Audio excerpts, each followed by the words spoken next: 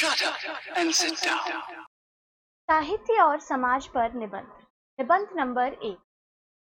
मानव जीवन और उसके द्वारा गठित समाज संसार में सर्वोच्च है। इसी कारण साहित्य, कला, ज्ञान, विज्ञान, दर्शन, धर्म आदि स्थूल या सूक्ष्म संसार में जो कुछ भी है वह सब जीवन और मानव समाज के लिए ही। यह एक निर्विवाद मान्यता है, उससे पर या बाहर कुछ भी नहीं। मानव एक सामूहिक प्राणी है। वह व्यक्ति या समूह के स्तर जो कुछ भी सोचता, विचारता और भावना के स्तर पर संजोया करता है, वही सब लिखित या लिपिबद्ध होकर साहित्य कहलाता है। इस प्रकार कहा जा सकता है कि साहित्य वस्तुतः जीवन और समाज में भाव सामग्री लेकर अपने शरीर या स्वरूप का निर्माण कर फिर वह सब जीवन और समाज को ही अर्पित कर दिया करता है। लेन देन की यह प्रक्रिया साहित्य और समाज के आपसी संबंधों को प्रायः स्पष्ट कर देती है। जब से मानव ने सोचना, विचारना, पढ़ना, लिखना और अपने आप को दूसरों पर प्रकट करना सीखा है, तभी से साहित्य समाज में आदान प्रदान की यह प्रक्रिया भी चल रही है और तब तक निरंतर चलती रहेगी जब तक कि मनुष्यों में सोचने, विचारने आदि के ये गुण रहेंगे। इस दृष्टि से साहित्य और समाज का संबंध चिंतन कहा जा सकता है। पाश्चात्य विद्वान डिक्वेंसी ने साहित्य को मुख्य दो रूप स्वीकार किए, एक ज्ञान का साहित्य और दूसरा शक्ति का साहित्य। साहित्य के इस दूसरे रूप को ही ललित साहित्य कहा गया है कि जो यहाँ पर हमारा विचारणीय विषय है। ज्ञान के साहित्य के अंतर्गत गणित, भूगोल, इतिहास, राजनीति शास्त्र, अर्थशास्त्र, ज्योतिष शास्त्र, विज्ञान आदि वे सारे विषय आते हैं कि जो इस भौतिक संसार में जीवन जीने के लिए परम आवश्यक है और यथार्थ जीवन जीने की कला सिखाते हैं। संसार में मानव जीवन और समाज की सारी स्थूल प्रगतियों का आधार यही विषय है। के विपरीत शक्ति का साहित्य या ललित साहित्य का सीधा संबंध सूक्ष्म भाव जगत की अभिव्यक्ति के साथ रहा करता है। मानव समाज की समस्त कोमल, कांत, हार्दिक भावनाएं जो आनंद का कारण तो बनती ही है, जीवन समाज का दिशा निर्देश भी करती है। उन सब का वर्णन ललित या शक्ति का साहित्य के अंतर्गत हुआ करता है। कविता, कहानी, नाटक, उपन्यास, निबंध आदि सभी विषय इस शक्ति के साहित्य के ही अंग माने गए हैं। स्पष्ट है कि चाहे ज्ञान का साहित्य हो, चाहे शक्ति का साहित्य, दोनों का मूल स्रोत मानव समाज ही है। दोनों प्रकार के साहित्य का मूल उद्देश्य एवं प्रयोजन भी मानव समाज और जीवन की सब प्रकार की प्रगतियों का मार्ग प्रशस्त कर उसे आनंदमय बनाना है।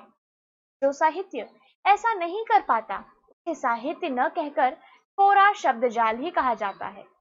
प्रकार का शब्दजाल अधिक समय तक जीवित नहीं रह पाता। युगों युगों से रचे जा रहे साहित्य का विश्लेषण करने के बाद निसंकोच कहा जा सकता है कि आरंभ से लेकर आज तक जितना भी साहित्य जिस किसी भी युग या विशेष कालखंड में रचा गया है, वह उस युग का कालखंड के जीवन और समाज की भावनाओं को प्रत्यक्ष रूप से प्रतिबिंबित करता है। कारण साहित्य को हम समाज का दर्पण कहते हैं।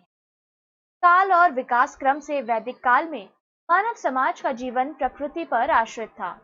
तब के साहित्यकारों ने अपने भावगत वर्णनों के द्वारा प्रकृति के वन, नदी, पर्वत आदि विविध रूपों को देवत्व प्रदान कर दिया, जिसे हिंदी साहित्य का आदिकाल कहा जाता है।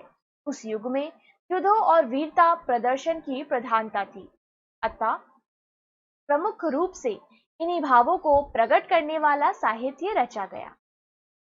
यही बात अगले भक्ति काल, रीति काल आदि अन्य कालों के बारे में भी कही जा सकती है। वस्तुतः साहित्य का मूल स्रोत जीवन और समाज में ही छिपा रहता है।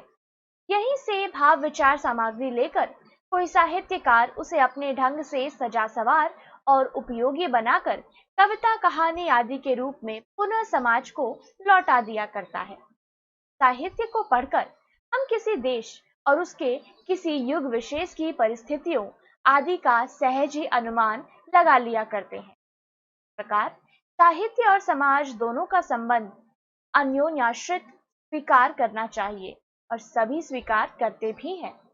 दोनों में यह आदान प्रदान हमेशा चला करता है। संसार में जिन अनेक प्रकार के प्रभावों की चर्चा की जाती है, उन सब में से साहित्य का प्रभाव अचूक और अकाट्य माना गया है। आचार्य महावीर प्रसाद द्विवेदी के अनुसार तीन तोप और गोलों में भी वह शक्ति नहीं जो कि साहित्य में छिपी रहा करती है। ये चीजें केवल शरीर पर प्रभाव डालती है, जबकि साहित्य हृदय से निकलकर सीधा हृदय पर प्रभाव डाल उसकी दिशा ही बदल दिया करता है। ऐसी स्थिति में यह आवश्यक हो जाता है कि हम अच्छे साहित्य की ही रचना और अध्ययन करें।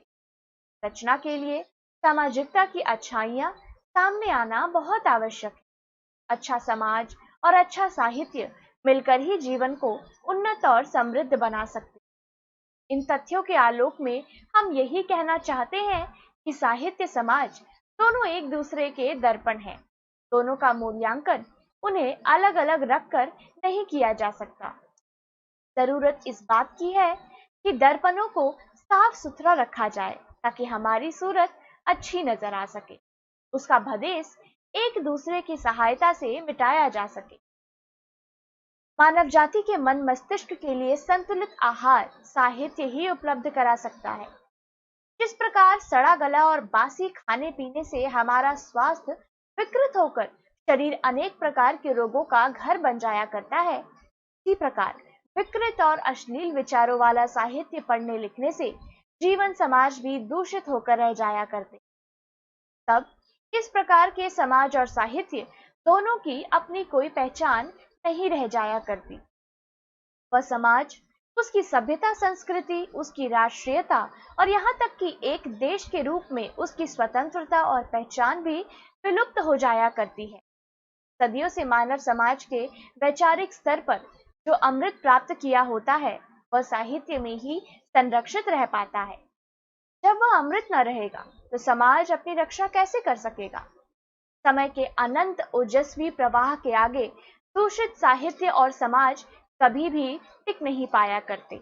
अतः स्वस्थ, समृद्ध एवं सुखी समाज के निर्माण के लिए स्वस्थ और उत्कृष्ट प्रगतिशील साहित्य रचा एवं पढ़ा जाना चाहिए।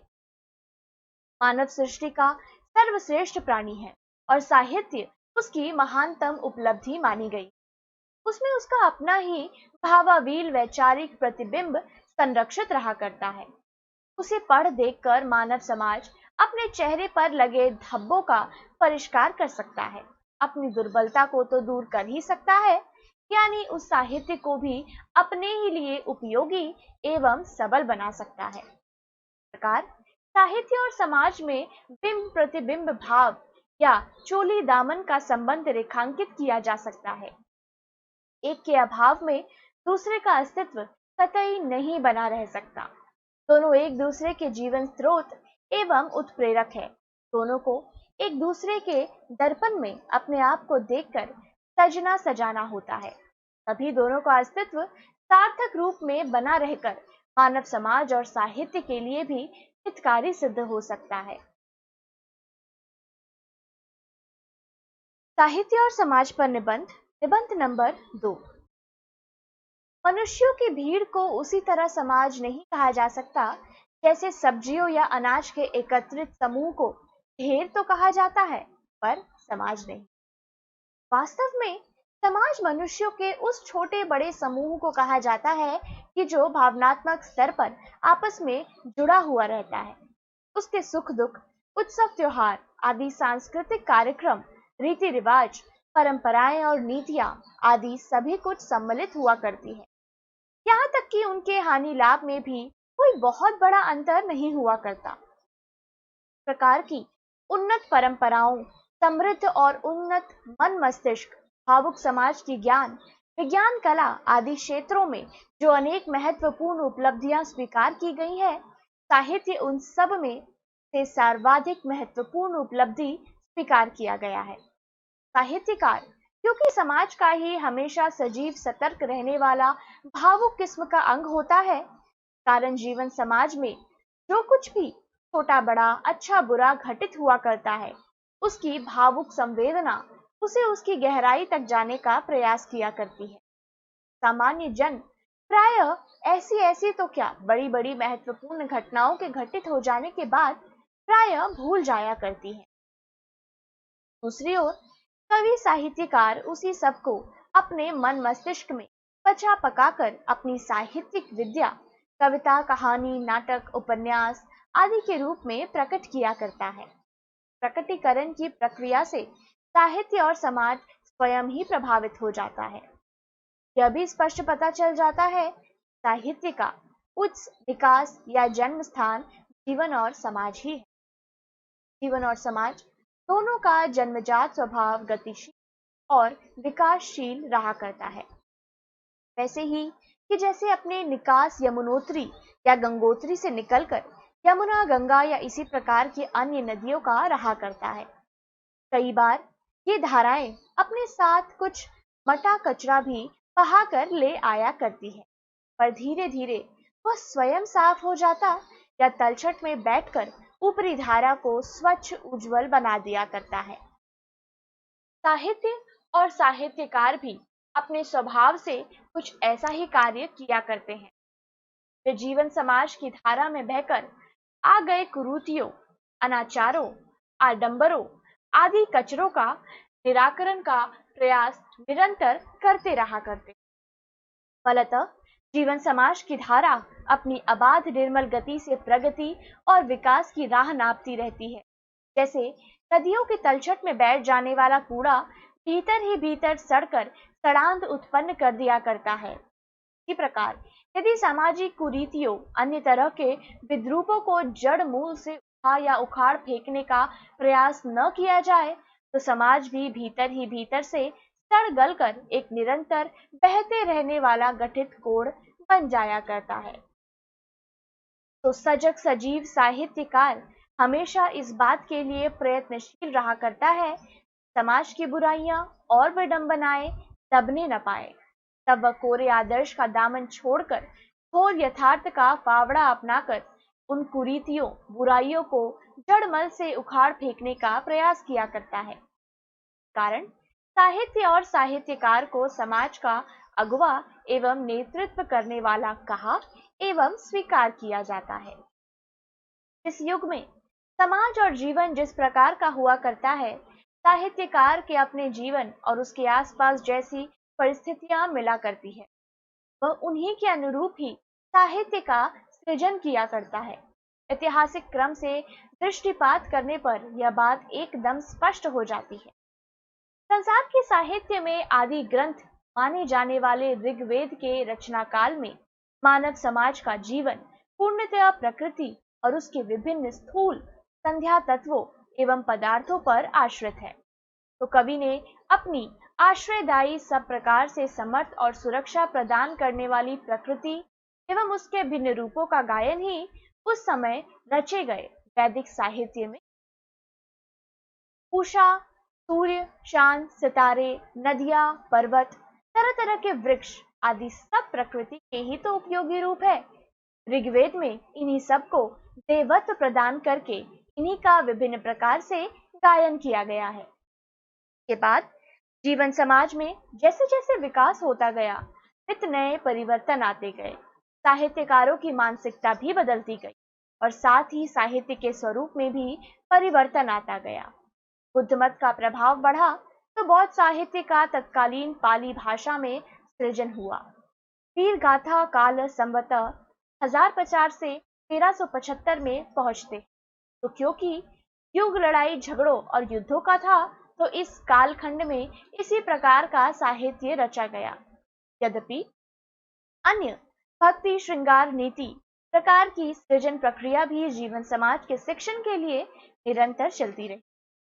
आगे चलकर परिस्थितियों के परिवर्तित प्रभाव से भक्ति साहित्य रीतिकाल के संभ्रांत वर्ग के दिलास वासना लिप्त हो जाने के कारण श्रृंगार साहित्य रचा जाता रहा। आगे चलकर सन 1857 की असफल जनक्रांति से राष्ट्र जागरण और स्वतंत्रता प्राप्ति का जो क्रम चला, साहित्यकारों ने उस सब का उचित निर्वाह किया। आज का साहित्यकार भी अपनी चेतना में अपने सामाजिक दायित्वों का संपूर्ण निर्वाह कर रहा है। इस सारे विवेचन विश्लेषण से स्पष्ट हो जाता है कि साहित्य जीवन समाज की उपेक्षा कदापि नहीं कर पाता। कई बार तो उसने जीवन समाज का नेतृत्व भी किया है, पीछे तो वह कभी नहीं रहता। हाँ, जो किसी दाद या देश विदेश का पिछलग्गू बन जाया करता है, वह साहित्य कहलाने का अधिकारी ही नहीं रह जाता। फिर सड़ा गला, अश्लील किस्म का या फिर कई समस्याओं से भरा और लोगों को बेकार की सपनों की दुनिया एवं रेगिस्तानों में भटकाने वाला साहित्य इसी प्रकार अच्छा नहीं माना जाता कि जिस प्रकार बासी एवं सड़ा गला। इस तथ्य को हमेशा सामने रखकर ही साहित्यकार को सत साहित्य का सृजन करना चाहिए। तभी समाज और साहित्य दोनों का मानव कल्याण एवं लोक मंगल विधान का एकमात्र और चरम लक्ष्य पूरा हो सकता है।